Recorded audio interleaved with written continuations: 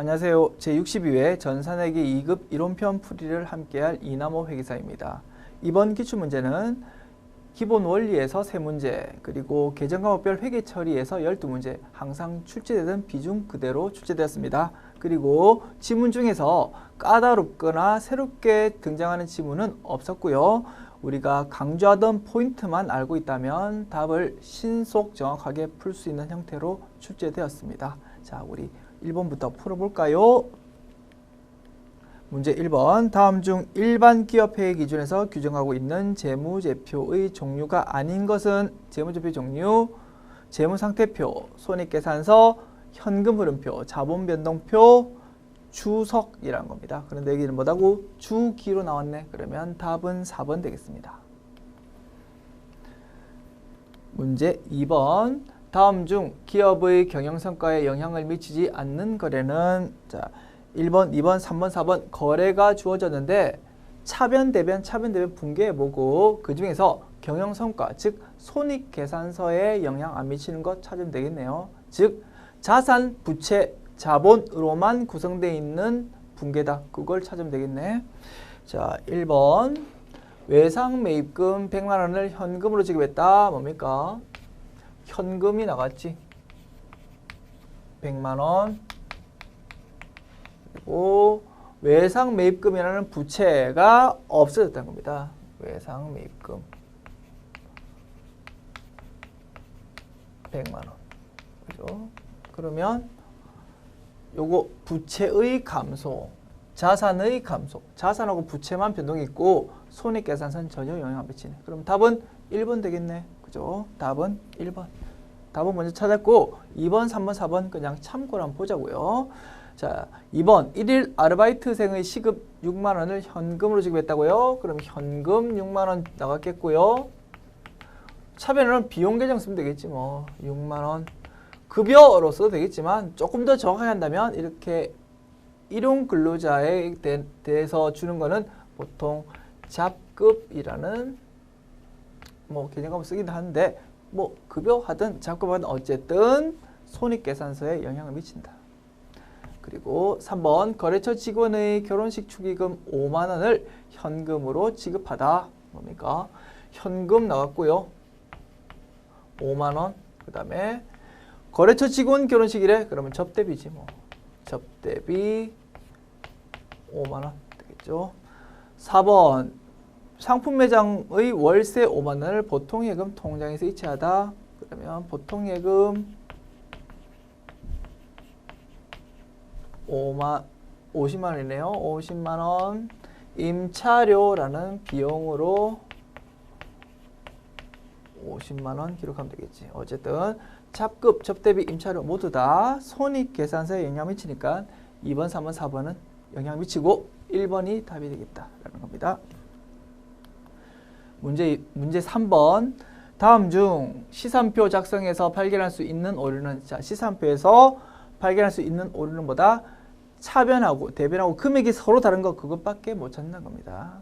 뭐 계정과목 자체를 잘못 썼다 이런 거는 전혀 찾을 수가 없다. 그리고 차변에 오는 거, 대변에 오는 거 서로 바꿔치겠다 그런 것도 못 찾는다는 겁니다. 시산표는 오직 차변을 할게, 대변을 할게, 다른 거 그것만 찾을 수 있다. 자, 1번. 100만 원의 정기예금 계정과목을 정기적금 계정과목으로 잘못 썼다. 요거 찾을 수 없다는 겁니다.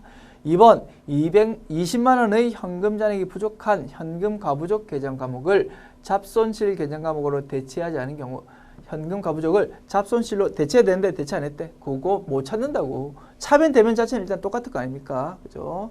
3번.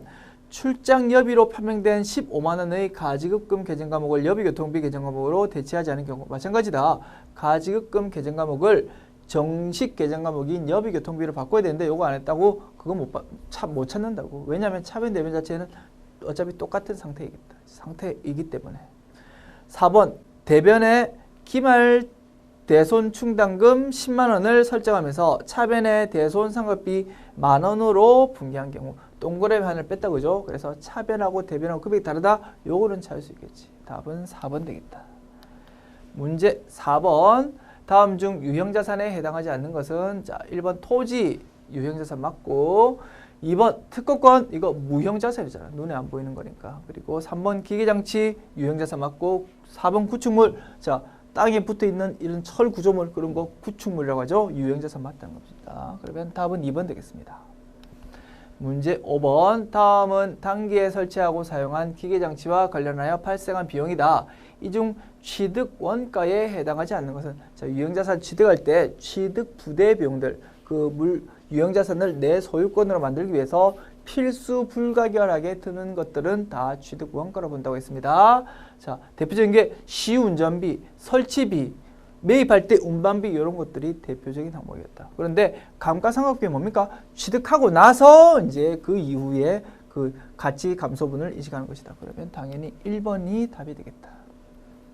문제 6번. 재고자산은 그 평가 방법에 따라서 금액이 달라질 수 있는데 평가 방법의 변경에 따른 기말 재고자산 금액의 변동이 매출 원가와 매출 총이익에 미치는 영향으로 올바른 것은, 자, 자주 묻는 이슈다, 그죠? 자, 선입선출법, 후인선출법 등 다양한 평가 방법이 있는데 그거에 따라서 영향이 어떻게 되는지 묻고 있다는 겁니다. 자, 우리 상품의 총계정 원장 한번 그려볼까요? 상품의 총계정 원장 그려보면 상품 자산이다. 네 자리 왼쪽이다. 그럼 기초재고 그리고 단기 매입분이 여기 기록될 것이고, 그래가지고 판매 가능 상품이 왼쪽에 집계될 것이고, 집계된 건 딱 고정돼 있는데 요거 고정된 거를 매출 원가와 기말 재고로 잠깐만, 기말 재고와 매출 원가죠. 매출 원가 두 개로 뿌려준다는 겁니다. 그렇죠? 똑같은 상황. 예를 들어서 기초 금액이 100원이고 단기 매입이 900원. 그래서 합이 1000원이다. 그러면 이 1000원을 이렇게 뿌려주는데 기말 재고가 커지면 요거는 당연히 작아진다는 겁니다. 그죠? 그러면 기말 재고가 커지면 매출 원가 비용이 작아진다. 기말 재고가 즉 자산 알겠습니까? 자산이 커지면 여기 적을까요? 매출 원가 비용 아니겠습니까? 비용이 작아진다라고 논리가 성립한다는 겁니다. 그리고 매출 원가가 작아지면 당기 순이익은 또는 매출 총이익 이렇게 표현해야 되겠다. 그죠? 자, 당기 순이익 또는 매출 총이익은 늘어난다는 겁니다. 그렇죠? 이렇게 표시할 수 있겠네요. 자, 그러면 기말 재고 자산 금액이 증가하면 매출 원가는 감소하지. 2번. 기말 재고 자산 금액이 증가하면 매출 총이익이 증가한다. 요거는 맞겠다. 그죠? 그러면 답은 2번 되겠네. 2번. 3번. 기말 재고 자산 금액이 감소하면은 매출 총이익이 감소하겠지. 그 다음에 기말 재고 자산 금액이 감소하면 매출 원가는 증가하겠지. 그죠? 그래서 말 가지고 뭐 서로 뭐 복잡하게 하고 싶었으나 논리만 알고 있다면 바로 답을 찾을 수 있다는 겁니다. 그죠? 문제 7번. 아래 내용의 가로에 해당하는 계정 과목으로 옳은 것은 자산은 1년을 기준으로 유동자산과 비유동자산으로 구분되며 유동자산은 다시 뭘로? 당좌자산과 재고자산으로 분류된다. 그러면 당좌자산에 해당하는 거 찾아보자라는 거죠. 1번 상품은 재고자산, 미수금 당좌자산 맞다. 그죠? 답은 2번 되겠다. 건물은 뭡니까? 유형자산으로서 비유동자산이고 외상매입금 부채라는 거지. 문제 8번입니다. 다음 중 부채 계정으로만 짝지어진 것은, 자 봅시다. 선급금 뭡니까? 먼저 돈 줬다고 자산이지 뭐. 그러면 선급금 아니네. 그죠? 2번 미지급금 요거는 부채 맞고 미수금은 아직 덜 받은 돈, 받을 돈 자산이라는 거지. 그럼 2번도 틀렸고 3번 선급금, 미수금 둘 다 자산이다. 4번 선수금, 미지급금 아하 요 두 개가 다 부채다. 그죠? 답은 4번 되겠다. 문제 9번입니다. 다음 중 영업이익 계산과 관련이 없는 계정은, 자 영업이익이 뭡니까? 매출액에서 매출원가 차감한 게 매출 총이익. 거기서 판매 관리비를 차감한 것이 영업이익이란 겁니다. 그리고 영업이익에서 영업의 수익을 더하고 영업의 비용을 뺀 것이 그때 세전이익. 그리고 세전이익에서 세금을 뺀 것이 당기순이익이라는 거죠. 그러면 여기 여러 개 중에서 혹시 영업의 수익, 영업의 비용이 있으면 그게 답이 되겠네. 그죠? 이자 수익 바로 나왔네. 영업의 수익이니까 1번이 답이다. 2번 세금과 공과, 그리고 3번 매출 채권의 대손상각비, 4번 접대비 모두 다 2번, 3번, 4번은 판매 관리비니까 아하 영업이익에 영향 미치겠다. 문제 10번입니다. 다음에 주어진 자료에서 부채 총액은 얼마인가? 현금, 상품, 보통예금, 비품, 외상매출금 이런 자산들 금액이 나와 있고 자본금이 나와 있다. 그러면 빈칸 채우기 문제지 뭐. 대차 차익은 항상 똑같아야 되니까 부채 금액을 유추해서 구할 수 있을 것이다. 자, 한번 봅시다.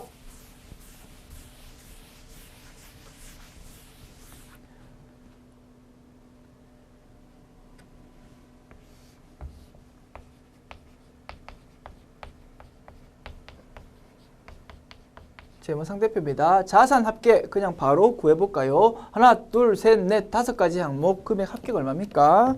2만원 플러스 10만원 플러스 20만원 플러스 5만원 플러스 10만원은 47만원 나오네. 47만원. 그리고 자본금이 얼마라고? 25만원이라고. 그러면 왼쪽 오른쪽 합계 똑같아야 되니까 빈칸 얼마라고? 47만원 마이너스 25만원은 22만원 되겠네. 답은 3번 되겠습니다.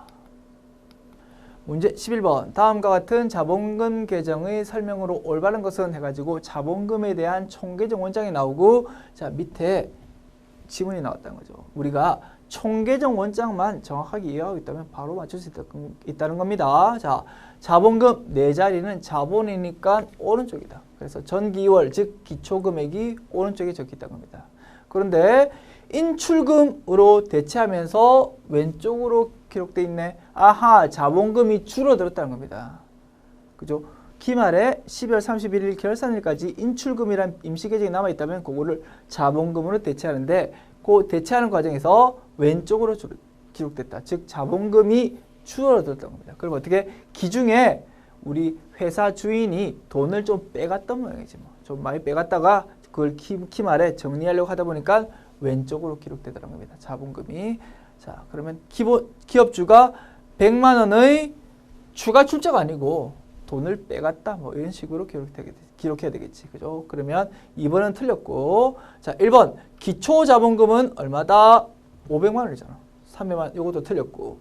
기말 자본금 얼마라고? 500만 원이라고? 아니라고? 300만 원이라고. 그러면 답은 당연히 3번 되겠네. 확인해 보죠.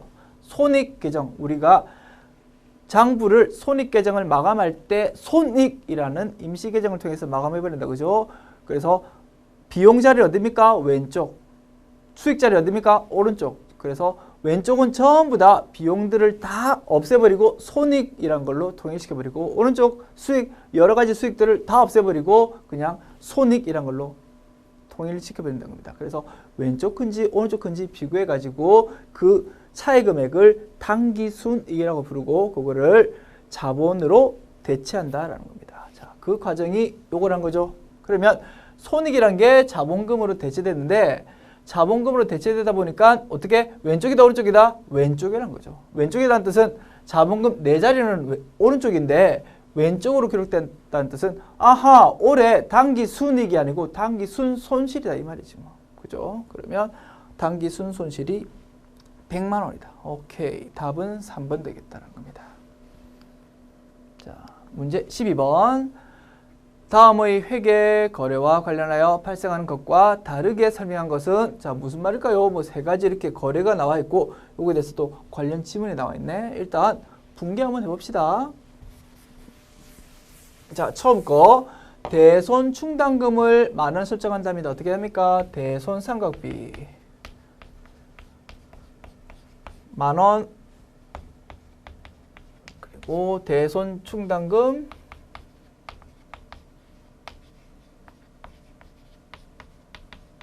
그 다음에 감가상각비 2만 원을 설정한대요. 감가상각비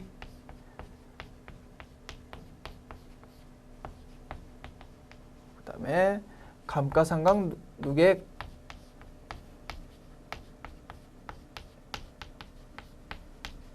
(2만원)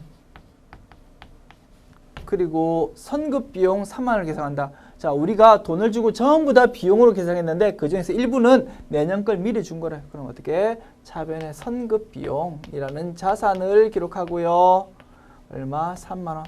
그리고 해당되는 비용이 뭔지는 안 나와 있지만 그냥 우리 마음대로 한번 정해봅시다. 그냥 임차료라는 비용을 줄여준다라는 겁니다. 자, 이런 분계 있는데, 자, 뭐 어쩌라고? 한번 읽어보자고. 1번, 기말 수정 분계를 하는 것이다. 봅시다. 우리가 기말 수정 분계에 대해서 패턴을 여러 가지 한번 정리해봤다. 그죠? 모두 다 기말 수정 분계 맞네. 그죠? 12월 31일 결산일 때 하는 거 맞다. 자, 다르게 설명한 것, 즉 틀린 것 찾아보라 이 말입니다. 2번, 당기 순손익에 영향 미치냐고. 자, 비용, 손익, 수익이나 비용이 있는지 보자고. 요거 비용이고, 요거 비용이고, 요거 비용을 줄여주는 거라고. 오케이. 영향이 있는 거 맞네. 자, 3번, 자본에 영향을 미치지 않는다고. 자, 당기 순이익에 영향을 미치면 당연히 자본에 영향을 미치잖아. 그러면 답은 3번 되겠네. 그죠?